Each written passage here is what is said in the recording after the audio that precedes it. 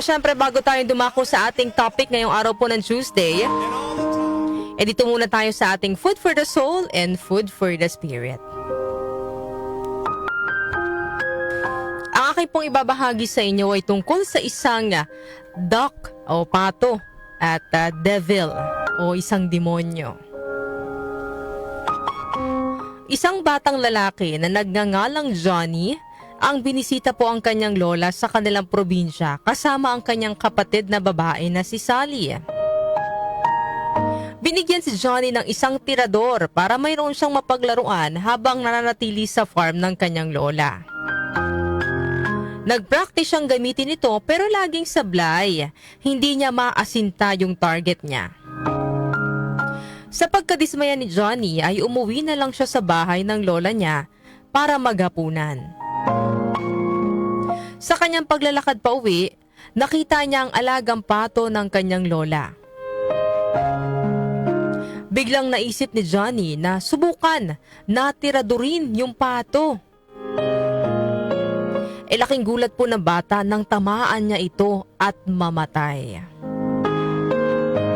Namutla po si Johnny at hindi niya alam kung ano ang gagawin. Sa pagpapanik at sa takot na mapagalitan ng kanyang lola, ay itinago niya po sa woodpile ang patay na pato. Doon sa mga kahoy po, yung sa mga nakasalansa na kahoy, doon niya po itinago yung katawan ng patay na pato.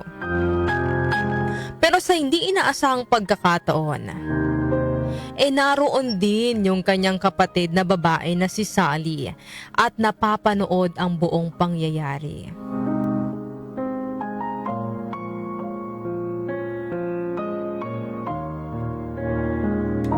Bagaman nakita ni Sally ang nangyari, ay hindi naman ito nagsumbong sa kanilang lola.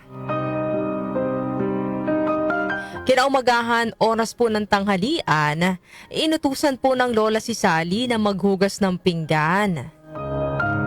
Pero sagot po ni Sally, "Lola, sabi po ni Johnny, gusto niyang tumulong sa inyo sa paghuhugas ng pinggan." Nagulat po si Johnny kasi wala naman siyang sinasabing ganon. Di naman siya nagbo-volunteer na siya yung tutulong sa lola sa paghuhugas ng pinggan. Napatingin po siya sa kanyang kapatid na inilapit naman ang mukha sa kanyang tenga at saka bumulong. Sabi ni Sally, "Naaalala mo yung pato?" Bina-blackmail ni Sally si Johnny. Kaya wala namang nagawa si Johnny kundi maghugas ng pinggan.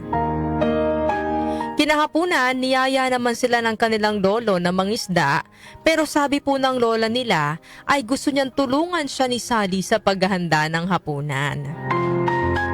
Sumagot naman po si Sally, "Sabi po sa akin ni Johnny, Lola, gusto niyang tulungan kayo sa paghahanda ng hapunan." Napatingin na naman si Johnny kay Sally kasi wala naman siyang sinasabing ganon. Pero katulad kanina, bumulong ulit si Sally kay Johnny. "Naalala mo yung pato?" Kaya ang nangyari, sumama si Sally sa kanyang lolo upang mangisda. Pero si Johnny, wala siyang choice kundi maiwan upang tumulong sa kanyang lola. Makalipas po ang ilang araw na pamba-blackmail ni Sally kay Johnny, ay hindi na ito nakatiis at kinausap na po ni Johnny ang kanyang lola upang umamin sa nagawa niyang kasalanan. Nagsorry po siya dahil napatay niya ang alagang pato nito. Pero nagulat po si Johnny nang sumagot ang kanyang lola. Ang sabi po ng kanyang lola, "Johnny, alam ko na yan. Nakatayo ako malapit sa bintana at kitang-kita ko ang lahat ng nangyari. Pero dahil mahal kita, pinatawad na kita. Pinagmamasdan lang kita kung hanggang kailan ka magtitiis na pinapahirapan ni Sally." So ano po ang aral na mapupulot po natin sa ating maikling kwento ngayong araw po ng Tuesday? Lahat po ng pagkakamaling nagawa po natin, parang may mga pagkakataon na parang paulit-ulit siyang ipapaalala, isasampal po sa atin ng demonyo. Pero kahit ano pa man yan, kahit gaano pa kalaki yung nagawa nating kasalanan, lagi po nating tatandaan na ang Panginoon po ay laging nakamasid sa atin at nakikita niya ang lahat na nangyayari sa atin. Buong buhay po natin, nakikita po yan ng Panginoon. Sabi niya, kahit hibla ng ating buhok, bilang ng ating Panginoon, wala tayong maitatago. Maitago man natin sa kapwa natin tao, sa mga tao sa paligid natin yung nagawa natin pagkakamali. Pero sa Diyos, hindi po natin ito maitatago. Wala po tayong lusot. Pero magkagayon man, dahil mahal po tayo ng Panginoon, pinatatawad niya po tayo sa mga nagawa nating pagkakasala. Pinagmamasdan niya lang po kung gaano tayo katagal, kung gaano katagal natin hahayaan yung mga demonyo sa paligid natin na paikutin tayo gamit po yung mga nagawa nating pagkakamali. Diba, ang maganda po sa Panginoon, hindi lang po siya basta nagpapatawad, kundi parang kinakalimutan niya yung mga nagawa nating kasalanan, gaano man ito kalaki o kaliit.